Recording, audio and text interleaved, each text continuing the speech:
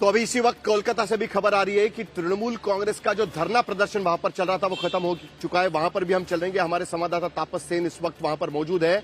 लेकिन इस चर्चा को होना काफी जरूरी है क्योंकि एक बार फिर इन्फोर्समेंट डायरेक्टरेट की रेड्स, उनकी छापेमारी चर्चा में आ चुकी है। 2024 के चुनाव के पहले, 2019 के चुनाव के वक्त या महाराष्ट्र में 2022 के चुनाव के वक्त ईडी की छापेमारी पूरे देश में एक आम बात बन गई थी। इसी बात को लेकर अब तृणमूल कांग्रेस बंगाल के भीतर तमाम सवाल उठा रही है। भारतीय जनता पार्टी इसका जवाब भी देगी। हमारे साथ तमाम मेहमान जुड़ चुके हैं। डॉक्टर अजय आलोक, भारतीय जनता पार्टी के प्रवक्ता, इस चर्चा में शामिल हो रहे हैं। मोहम्मद तौसीफ रहमान, तृणमूल कांग्रेस के प्रवक्ता, इस चर्चा में शामिल होंगे।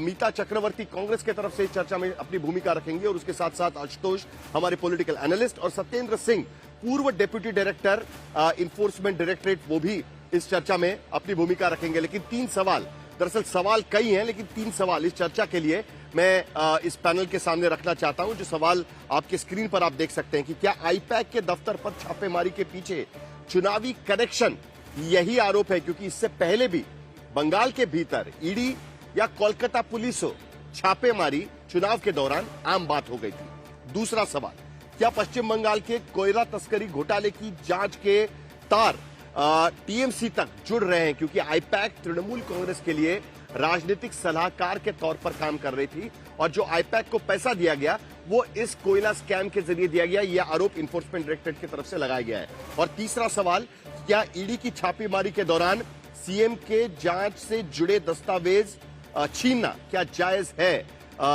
क्योंकि आरोप यह लगाया जा रहा है कि मुख्यमंत्री ने जांच से जुड़े दस्तावेज छीने, जबकि तृणमूल कांग्रेस कहती है वो उनके कैंडिडेट्स की लिस्ट थी जिस पर आईपैक काम कर रही थी क्योंकि उनके आईटी सेल का काम भी उसी दफ्तर से हो रहा था। इस वक्त बड़ी खबर हमारे पास आ रही है कि तृणमूल कांग्रेस का जो प्रदर्शन वहां पर चल रहा था वो अब खत्म हो चुका है।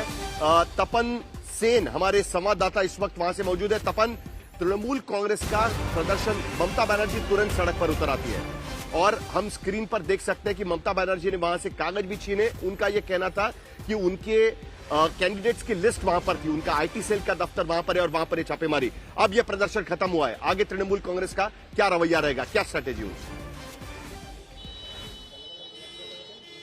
जी देखिए, आज ये एनफोर्समेंट डायरेक्टरेट के रेड चलते हुए जब ममता बनर्जी वहां पर पहुंचे, निकलकर जो दलील रखी कि ये एक आईवॉश था, ये पूरा जो रेड असल में जो इनका मकसद था वो था तृणमूल कांग्रेस की जो रणनीति है, जो स्ट्रैटेजी के कागजात है, जो कैंडिडेट, संभावित जो कैंडिडेट के बारे में आलोचना हो रही, उनकी जो लिस्ट है, उन सूचियों को लेकर चले जाना। लेकिन ममता बनर्जी जाकर उन सूचियों को लेकर आ गई, तो नैरेटिव बहुत साफ हो गया है कि सेंट्रल एजेंसीज, चाहे वो सीबीआई हो या एनफोर्समेंट डायरेक्टरेट हो, वो चुनाव से पहले एक्टिव हो जाते हैं। ये हमेशा से तृणमूल कांग्रेस का नैरेटिव रहा है। आज ममता बनर्जी ने ये साफ कर दिया कि ये नैरेटिव आगे वो ले चलेंगे चुनाव तक। कुछ जगहों पर अभी भी प्रदर्शन चल रहा है सड़कों पर। ममता बनर्जी ने कहा था कि 4 बजे पश्चिम बंगाल के हर ब्लॉक लेवल पर ये प्रदर्शन दिखाया जाएगा। कोलकाता में भी हर वार्ड में ये प्रदर्शन दिखाया गया। जहां मैं बाजार में खड़ा हूं, अनुपम मिश्रा हमारे साथ जुड़ रहे हैं काफी ज्यादा आईपैक के दफ्तर से, जहां पर इन्फोर्समेंट डायरेक्टरेट की रेड चल रही थी। अनुपम, आईपैक के दफ्तर पर रेड की क्या स्थिति है इस वक्त हम कह सकते हैं, और क्या आईपैक से, प्रतीक जैन की तरफ से कोई स्टेटमेंट, कोई आपसे बातचीत हुई है? क्योंकि आईपैक एक वक्त पर भारतीय जनता पार्टी के लिए भी काम किया करता था। आईपैक के बारे में बताइए, क्या रेड के हालात वहां पर नजर आ रहे हैं?